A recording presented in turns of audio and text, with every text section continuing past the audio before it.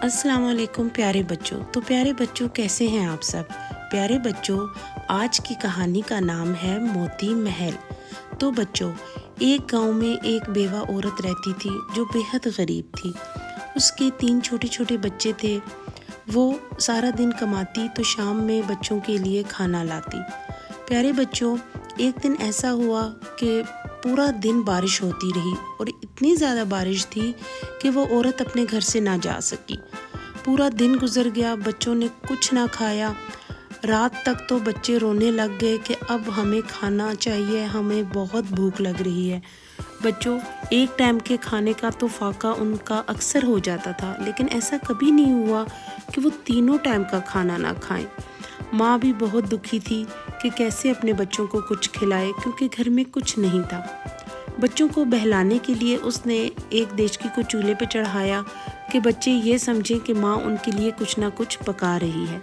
तो बच्चों, उस इंतज़ार में बच्चे सो गए और औरत भी चूल्हा बंद करके सो गई। लेकिन जब बच्चे सुबह उठे तो उनके पेट में भूख से बहुत दर्द था। बेवा औरत बहुत परेशान थी कि वो कैसे अपने बच्चों को समझाए, क्योंकि बच्चे इतने छोटे थे कि वो अभी अपनी माँ की मुश्किल को नहीं समझ सकते थे। बच्चों, औरत के दिल में ये ख्याल आया कि गांव में तो मुझे कोई काम की मजदूरी भी नहीं मिलती और अक्सर ही मेरे बच्चे भूखे रह जाते हैं। तो वो ये फैसला करती है कि क्यों ना मैं अपने बच्चों को शहर ले जाऊं। तो बच्चों, ऐसा ही हुआ। वो अपने तीनों बच्चों को अपने साथ लेकर शहर चली गई। शहर में वो जा रही थी, उसने देखा कि एक बहुत बड़ा हजूम है और लोग उसके इर्द गिर्द खड़े हैं और कोई बादशाह टाइप का बंदा वहाँ से गुजर रहा है।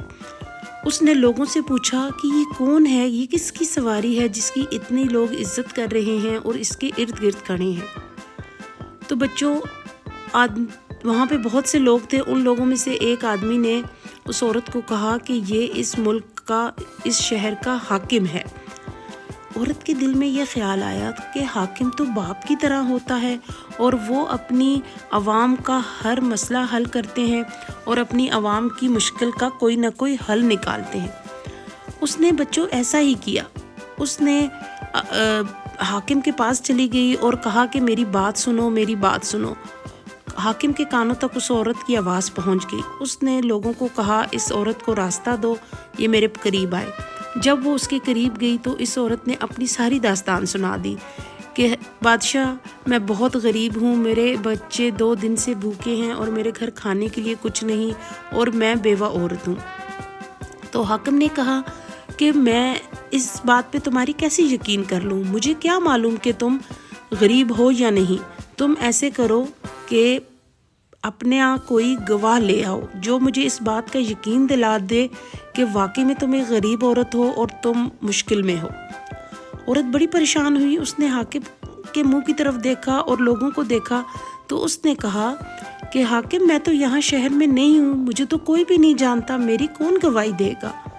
तो हाकिम ने कहा कि मैं ऐसे तो तुम्हें कुछ नहीं दे सकता, ना ही तुम्हारी मदद कर सकता हूँ। कल तुम मेरे महल में आना और ऐसा करना कि अपने साथ कोई गवाह ले आना। बच्चों, औरत बड़ी परेशान होकर एक साइड पे हो गई और दिल ही दिल में सोचा कि देखो, इतने बुरे हालात में ये इंसान मेरी मदद नहीं कर रहा, हालांकि मैं हकदार हूँ।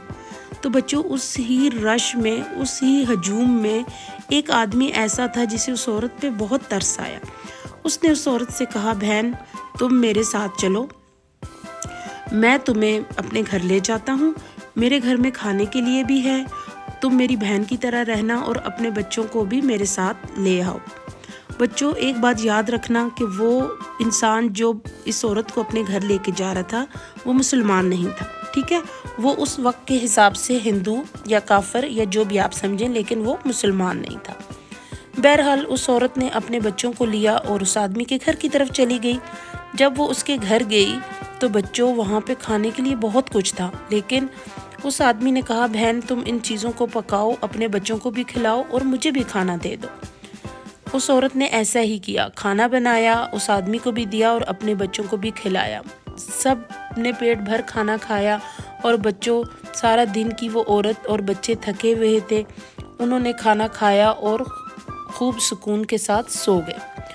تو بچوں اسی طرح حاکم بھی اپنے گھر گیا. حاکم نے بھی اپنے گھر جا کے اپنے بیوی بچوں کے ساتھ سکون سے کھانا کھایا.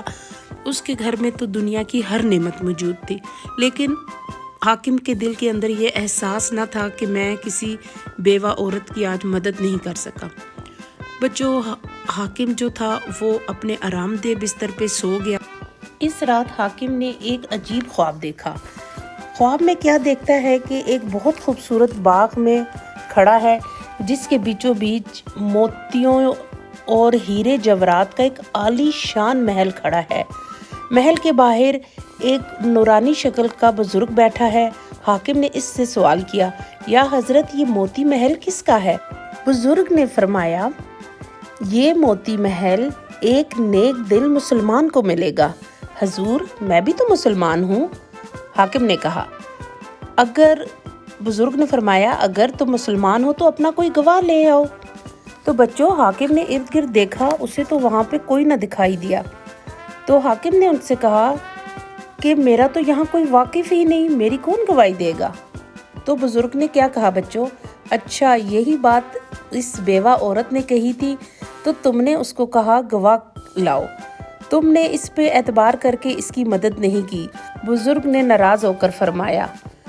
حاکم بڑا ہی شرمندہ ہوا بچوں، اس نے اپنی نظریں جھکا لی. ساتھ ہی حاکم کی آنکھ کھل گئی. حاکم نے جب اٹھا تو اس نے محسوس کیا کہ وہ اس کا پورا بدن پسینے میں ڈوبا ہوا ہے. اس نے اونچی اونچی آواز میں استغفر اللہ کہنا شروع کر دیا. بچوں جیسے ہی صبح ہوئی، حاکم تیزی سے شہر میں گھوم پھر کر اس بیوہ عورت کا پتہ ڈھونڈتا رہا. جلدی اسے پتہ چلا کہ ایک انسان یہاں سے اس عورت کو رات میں اپنے گھر لے گیا تھا. تو وہ اس کے گھر پر فوراً پہنچا، اس کا دروازہ کھٹکایا اور اس کو کہا کہ تمہارے گھر ایک بیوہ اور اس کے بچے ٹھہرے ہوئے ہیں، تم ان کو فوراً میرے حوالے کر دو. تو بچوں اس شخص نے حاکم سے پوچھا، حاکم صاحب آپ کی اجازت ہو تو آپ سے کوشچن کرتا ہوں، کیا آپ اس عورت کو اس وجہ سے لے کے جانا چاہتے ہیں کہ آپ اس محل کا خواب دیکھ چکے ہیں؟ تو وہ شخص بڑا حیران ہوا. اس نے کہا، یہ کیا، تمہیں کیسے معلوم کہ میں نے خواب دیکھا ہے؟ تو بچوں ویسا ہی ایک خواب اس شخص کو بھی آیا. اس نے اپنا سارا خواب ایسے سنایا کہ رات خواب میں میرے پاس ایک بزرگ آئے اور انہوں نے کہا کہ تم نے اس بیوہ اور ان یتیم بچوں کی مدد کی ہے تو تمہیں اللہ تحفے میں ایک محل دینا چاہتا ہے، موتی محل. تو وہ محل مجھے مل چکا ہے اور اللہ کا شکر ہے کہ میں مسلمان ہو چکا ہوں. بچوں میں نے آپ کو شروع میں بتایا تھا نا کہ وہ شخص مسلمان نہیں تھا، لیکن اس خواب کے بعد وہ مسلمان ہو چکا تھا اور اس نے اپنا نیا نام عبداللہ رکھا تھا. تو بچوں حاکم بڑا ہی شرمندہ ہوا، بہت پریشان ہو گیا. تو بچوں حاکم نے عبداللہ کو بہت سمجھانے کی کوشش کی، مجھ سے جتنی دولت چاہتے ہو لے لو تاکہ میں اس عورت اور اس کے یتیم بچوں کو اپنے گھر لے جاؤں، ان کی ذمہ داری اٹھا لوں تاکہ اللہ مجھے معاف کر دے. لیکن بچوں عبداللہ اس بات کو نہ مانا. عبداللہ نے یہی کہا، میں اپنی نیکی کو بیچنا نہیں چاہتا، مجھے کچھ نہیں چاہیے، مجھے اتنا خوبصورت محل جنت میں مل چکا ہے، مجھے دنیا کی اب کوئی لالچ نہیں رہی.